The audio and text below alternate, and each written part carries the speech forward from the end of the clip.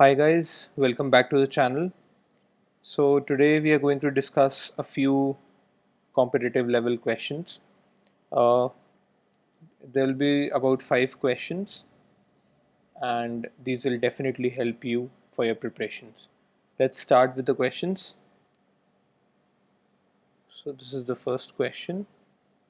We have given that gx is equal to x upon 1 plus x to the power n whole to the power 1 by n, right? For all n greater than equal to 2, and we are also given that fx is equal to g of and so on.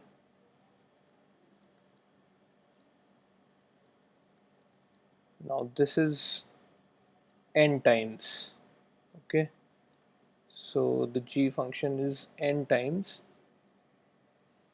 Now what we need to find out is integral of x to the power n minus 2 into fx dx, right? So the question because of this looks a bit mixed up, but let's see. So we have gx in the question as x upon 1 plus x to the power n whole to the power 1 by n, right? So if we have to find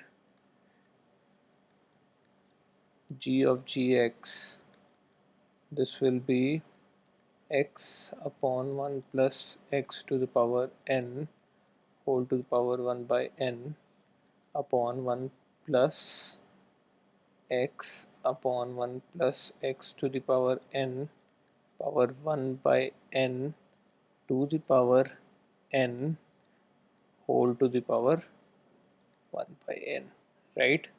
So we have just substituted this whole in place of x. So when we simplify this, what we get is x upon 1 plus x to the power n whole to the power 1 by n upon, this becomes 1 plus x to the power n upon 1 plus x to the power n whole to the power 1 by n. We further simplify, what we get here is x upon 1 plus 2x to the power n 1 by n, right? So this is the g of gx, right? If we go one more step further, right, what we'll get here is uh, x upon 1 plus 2x to the power n whole to the power 1 by n, this whole divided by 1 plus 2x to the power x to the power x upon 1 plus 2x to the power n power 1 by n whole to the power n, and this whole to the power 1 by n, right? So if we simplify, what we get it as x upon 1 plus 3x to the power n 1 by n, right? So now we can see a pattern. I'll just write it over here. So if we go g g g so on gx, now this total is n times, right? So what we'll get is x upon 1 plus n x to the power n whole to the power 1 by n, right? So this is our fx. Now we can just put it in this particular integral, right? Let's see. I'll do it on a fresh page. Integral becomes x to the power n minus 2 into x upon 1 plus n x to the power n whole to the power of 1 by n dx, right? This becomes, now there is nothing left in the question. What we had to do was just ascertain the pattern, and we can put 1 plus x to the power this whole as t. What we'll get here is n square x to the power minus 1 dx will be equal to dt. Substitute in the question 1 by n square t to the power minus 1 by n dt, right? It's simple, only 1 by n square into t to the power 1 minus 1 by n upon 1 minus 1 by n plus constant. This becomes 1 upon n into n minus 1, and substitute t back as we had taken plus constant, right? So let's go with the second question now. Now what we are given here is an integral I is e to power x upon e to power 4x plus e to power 2x plus 1 dx, and another integral j as e to power minus x on e to power minus 4x plus e to power minus 2x plus 1 dx. What we have to find out is j minus I. So this is the question. First we can rewrite j as e to power 3x upon e to power 4x plus e to power 2x plus 1 dx, right? We've taken the reciprocals of these and cross multiplied. That's how we get this, and I remains the same.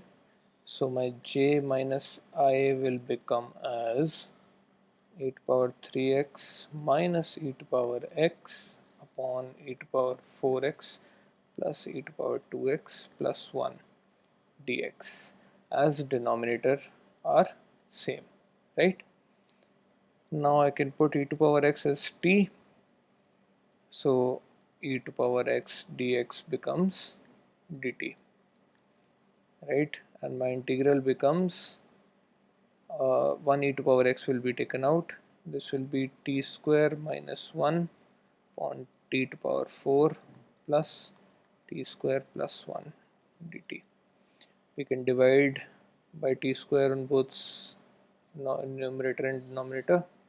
What we'll get is 1 minus 1 by t square upon t square plus 1 by t square dt. We can make a whole square at the bottom, and we can put t plus 1 by t as, let's say, v. Okay, 1 minus 1 by t square, which is your numerator, dt will be dv, right? So my integral j minus I will become integral of dv upon v square minus 1. This will be 1 t plus 1 by t whole square minus 2 plus 1, right? So this will come out to be ln v minus 1 upon v plus 1 plus constant, right? We can substitute v as t plus 1 by t and then t by e to power x, right? So get your answer. So this was a little bit easier than the first one. Let's go to the third question. The third question here, what we have is, now this is a question of reduction, right? Reduction integrals, they are easy if we have practiced them. Okay, so now what we are given here is, this is, if this denotion is corresponds to sine to the power m minus 2, this m minus 2, and cos to the power n plus 2, here n plus 2. So now what we are given is I m dash n is minus sine m minus 1 x cos n plus 1 x whole upon n plus 1 plus f of m oblique n, function of mn, into I m minus 2 n plus 2, right? What we need to find is f of 2 comma 3. Now this is the question, right?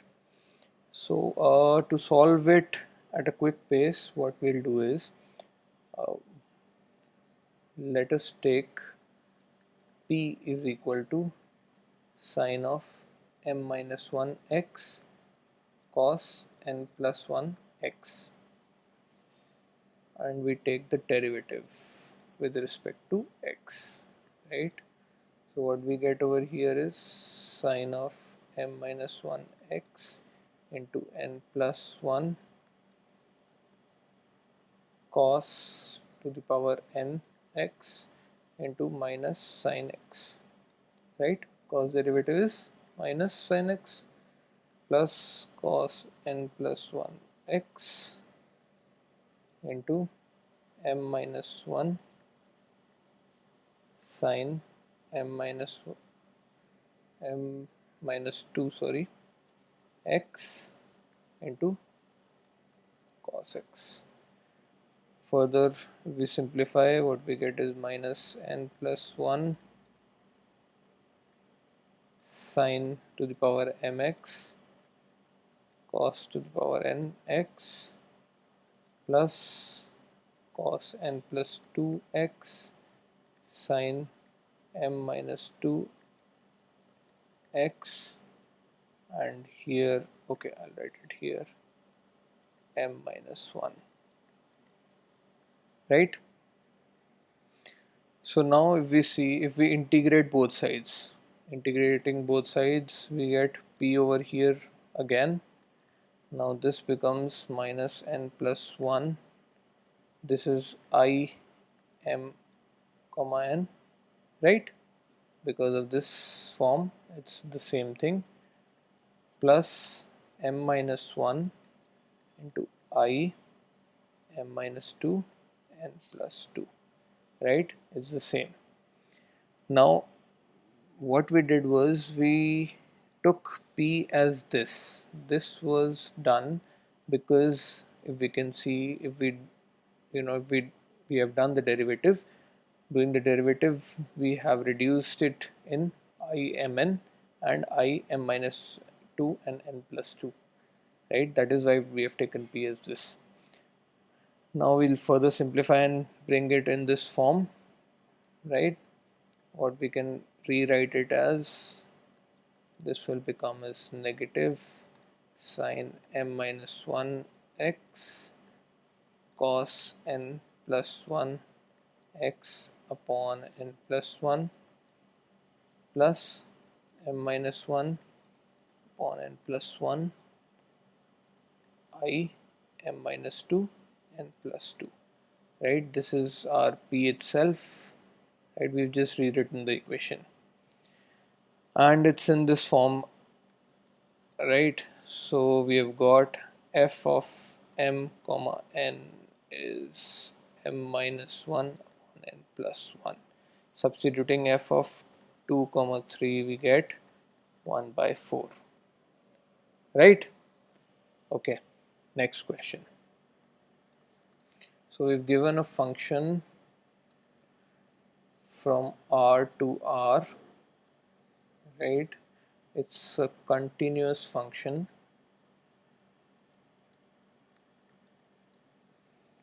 right? And we have also given that fx is equal to f of 2x. This is true for all x belongs to R, right? One more piece of information is f1 is 3. Okay, and now the question comes that we need to find integration of f of fx dx. So this is what we have to find, right? So we have this, all this data. Let's start with this equation first. Now we have given that f of 2x is equal to f of x, right? So now this will be equal to x by 2 also, right? Divide by 2 here, we get this. Divide by 2 here, we get this.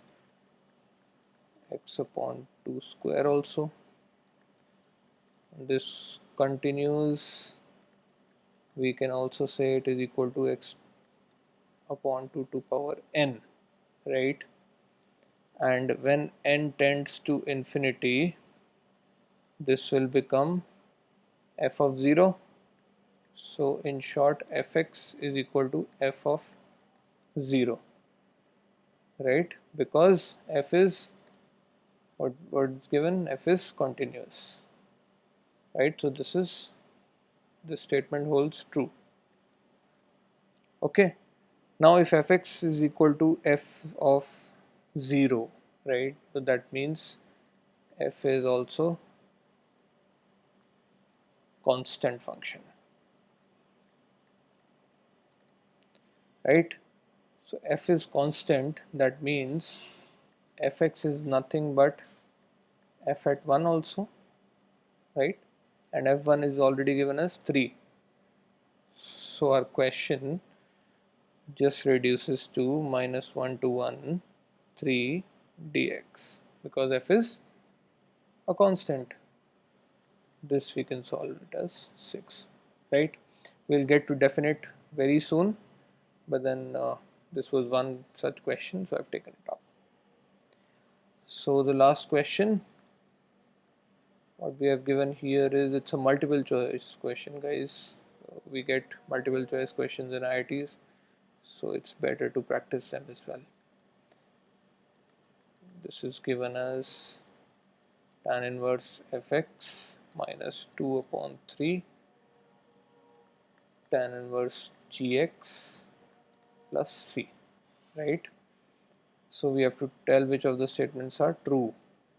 First is given as fx and gx are odd functions, right? B is gx is monotonic function, right? C is integral of fx upon gx is 1 upon x plus 3 upon x cube plus constant, and D is fx and gx are even. Okay, so at least one option is not the answer, right? We can immediately find that out. Okay, so let's begin with the integral. How I can rewrite it is as x square plus 1 whole square minus 2x square upon x square plus 1 x to the power 4 minus x square plus 1 dx, right? We'll separate the two integrals. What we get is x square plus 1 upon x to the power 4 minus x square plus 1 dx minus 2 integral of x square. We'll rewrite it again as x to the power 6 plus 1 dx. Okay, again we divide by 1 by x square, so this takes the form of 1 plus 1 by x square upon x square minus 1 plus 1 by square dx minus 2. This we can write as x square upon x cube square plus 1 dx. Here we can substitute x minus 1 by x as some t, right? This will become whole square x minus 1 by x whole square plus 1, and the numerator is the derivative of this, right? And here what we can take is x cube as some v, right? So 3x square dx will be dv, x square dx will go, so it will just become, I'll just do it here itself, it will become, this will reduce to dt upon t square plus 1, right? So integral of that is tan inverse t, which is x minus 1 by x, plus, now this will become again dt dv upon v square plus 1, which will be tan inverse v, which is x cube plus constant, right? So my fx is okay, so we have to see that this becomes minus 2 by 3 as well, because 2 is here itself, and when we put this we get another 3, right, which will go in the denominator. So now fx is equal to x minus 1 by x, and gx is equal to x cube, right? Now we can clearly see both the functions are odd itself, right? They are not even, so this option is gone. Now gx is an increasing function, strictly increasing function, so it is monotonic. So this is correct and this is also correct. Let's check for, now this is the graph of gx, right? I'm not very good at drawing, but this is how it will go, x cube. So we can see it's directly increasing, so hence it is monotonic.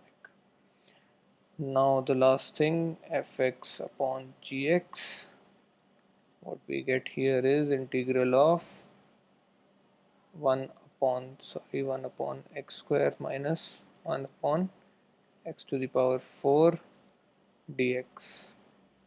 This comes out to be minus 1 by x plus 3 by x cube plus c, but the negative is missing here, so this is wrong. So the answer is A and B, right guys? So this was just a short session of 5 questions.